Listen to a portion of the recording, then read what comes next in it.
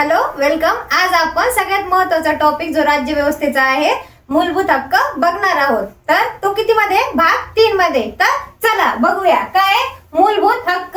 हा किती मध्ये? राज्य घटनेच्या भाग 3 मध्ये येतो. कलम किती? 12 ते 35 मध्ये. कलम 12 ते 35 मध्ये घटनेचा भाग 3 मध्ये काय येतात? मूलभूत हक्क. मूलभूत हक्क कशासाठी असतात? नागरिकांचे आर्थिक, सामाजिक सगळे हक्क जोपासण्यासाठी असतात. ते राज्य घटनेने तुम्हाला दिलेले असतात. सोर्स काय त्याचा? कोणाकडून घेतलेले आपण मूलभूत हक्क? सोर्स काय? अमेरिकेकडून घेतलेला. त्याला काय म्हणणार? Bills of rights. Bill of rights म्हणणार त्याला. त्याची उपाधी काय? भारताचा मॅग्ना कार्टा. पहिला मॅग्ना कार्टा कोणी काढला होता? इंग्लंडच्या राजाने. काय नाव होतं इंग्लंडच्या राजाचं? King John. कधी काढला त्यांनी? 1215 मध्ये. कशासाठी काढला? हा पहिला काय आहे? पहिला पहिला लिखित दस्तावेज आहे. कोणासाठी? विद्यार्थ्यांच्या आणि जे नागरिक आहे त्यांच्या देशातले त्यांचे हक्क जोपासण्यासाठी किंग जॉनने दिलेला पहिला लिखित दस्तावेज आहे. म्हणून याला काय म्हणतात? Magna carta. तसंच भारताच्या नागरिकांच्या हक्कासाठी राज्य घटनेने जो मूलभूत हक्क दिलेला आहे त्याला काय म्हणणार मी? Magna Carta of India. तर ते आहे भाग 3 मध्ये. स्टेटस काय त्याचा? मूळ घटनेत किती होते? 7 मूलभूत हक्क होते. किती होते?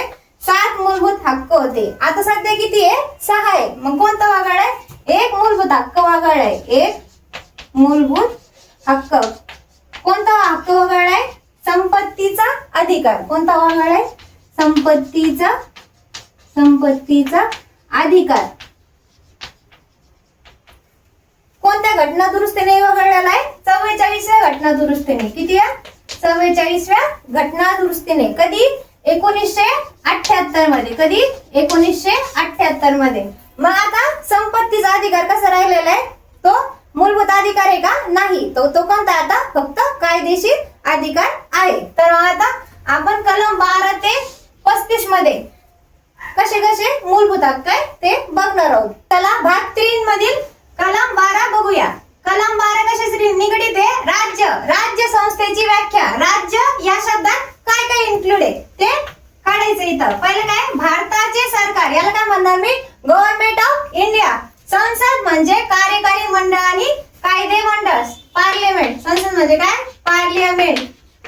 पार्लिमेंट कशासाठी असतं? देशातील कायदे तयार करण्यासाठी असतं. ते म्हणजे भारत सरकार आणि राज्यामध्ये इन्क्लूड आहे. दुसरं काय? भारतातील सर्व घटक राज्यामधील सरकारे व विधान मंडळे. मग महाराष्ट्रात किती विधान मंडळ आहे?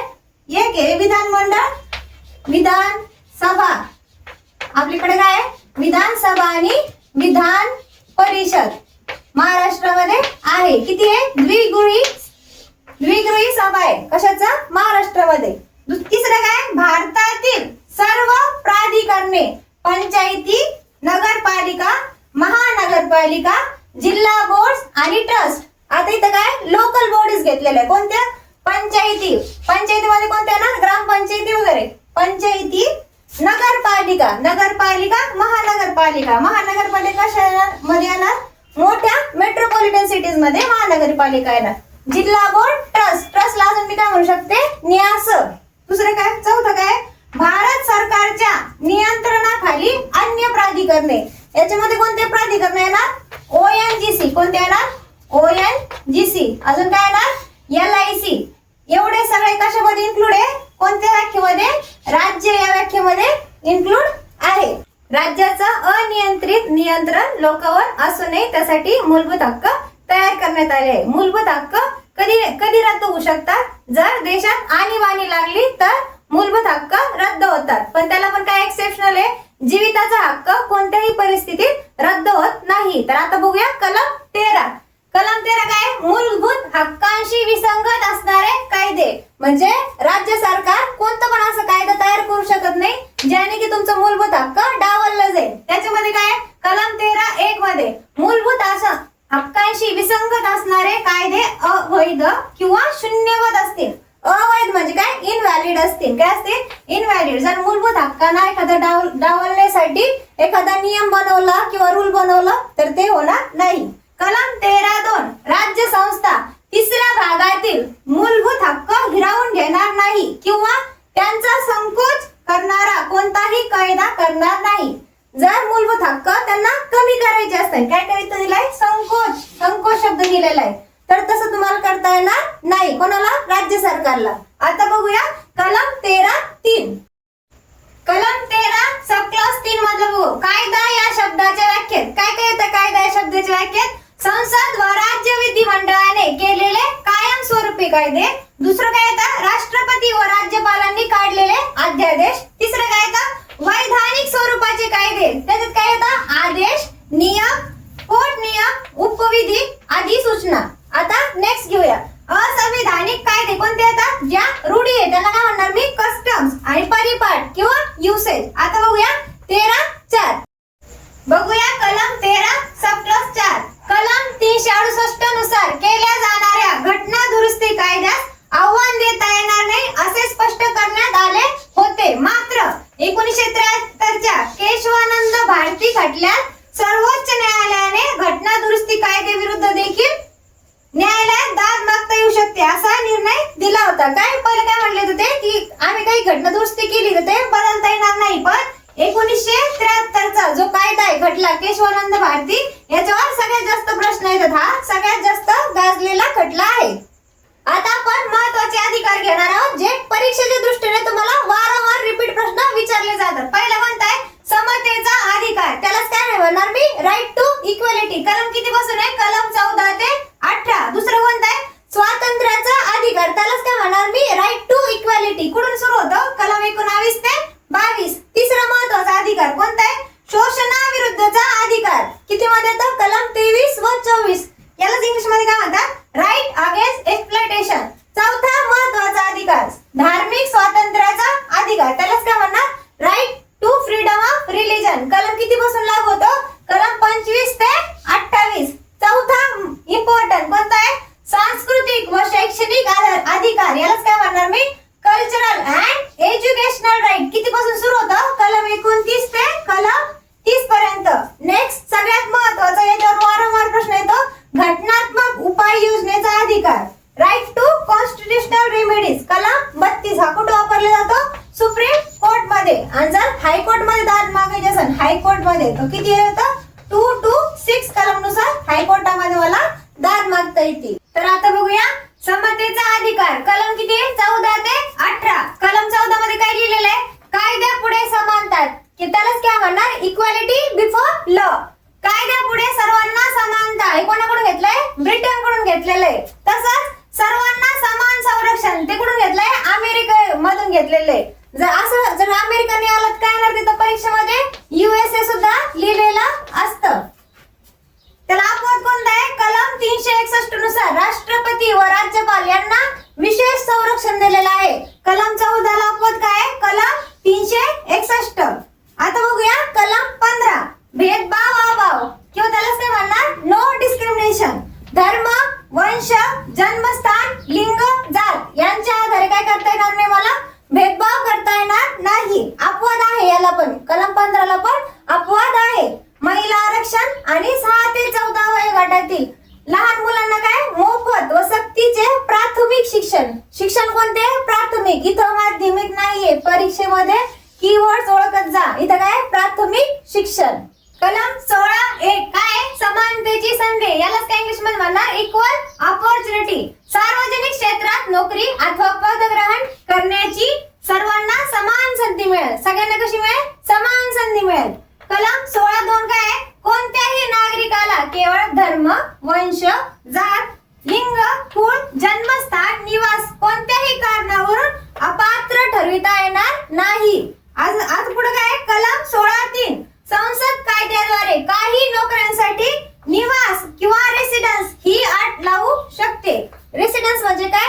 आपल्याला काय सांगितलेलं असतं? डोमेसाइल सर्टिफिकेट काढा. त्यासाठी ही अट असते रेसिडेन्सची. कलम 16(4) सामाजिक व शैक्षणिक दृष्ट्या मागासलेल्या समाजात शासकीय सेवा व शिक्षणात आरक्षण देण्यासाठी कायदा करण्याचे अधिकार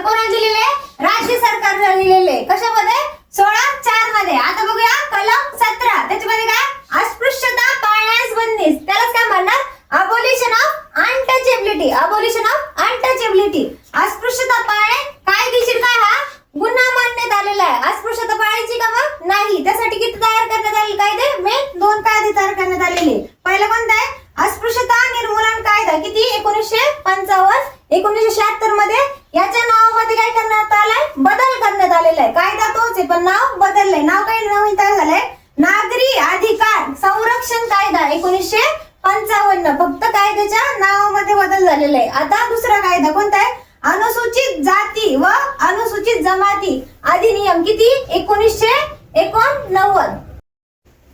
कलम 18, पदव्यांची समाप्ती. कोणत्याही व्यक्तीस पदव्या देण्यास शासनावर काय बंदी आहे.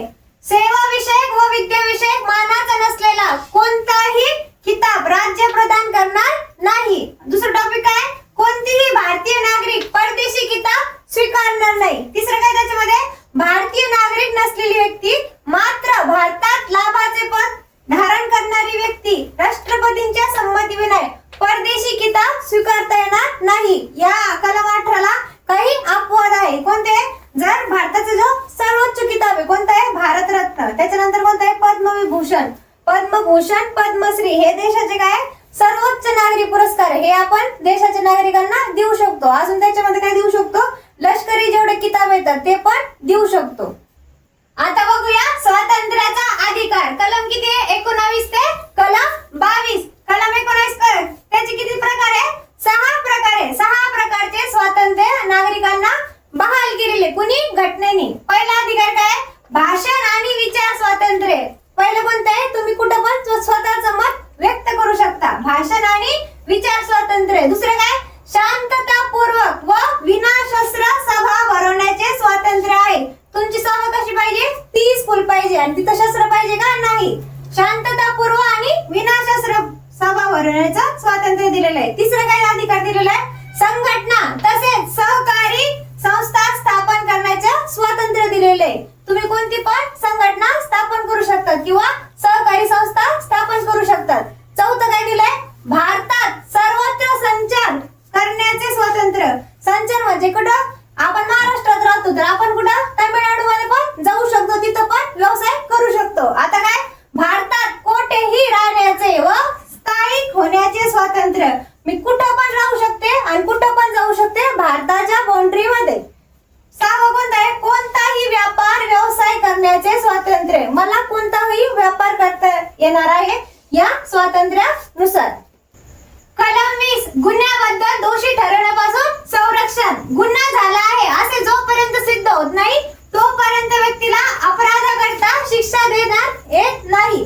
ते कोणतं आहे, कलम 20. आता एकाच गुन्ह्यासाठी व्यक्तीवर एकापेक्षा अधिक वेळा खटला दाखल करता येणार नाही. म्हणजे एका व्यक्तीने जर एक गुन्हा केला तर एकदा त्याच्यावर खटला दाखल होऊ शकतो व दोनदा शिक्षा देता येणार नाही. म्हणजे एका गुन्ह्याची शिक्षा एकदाच त्याला देता येणार आहे.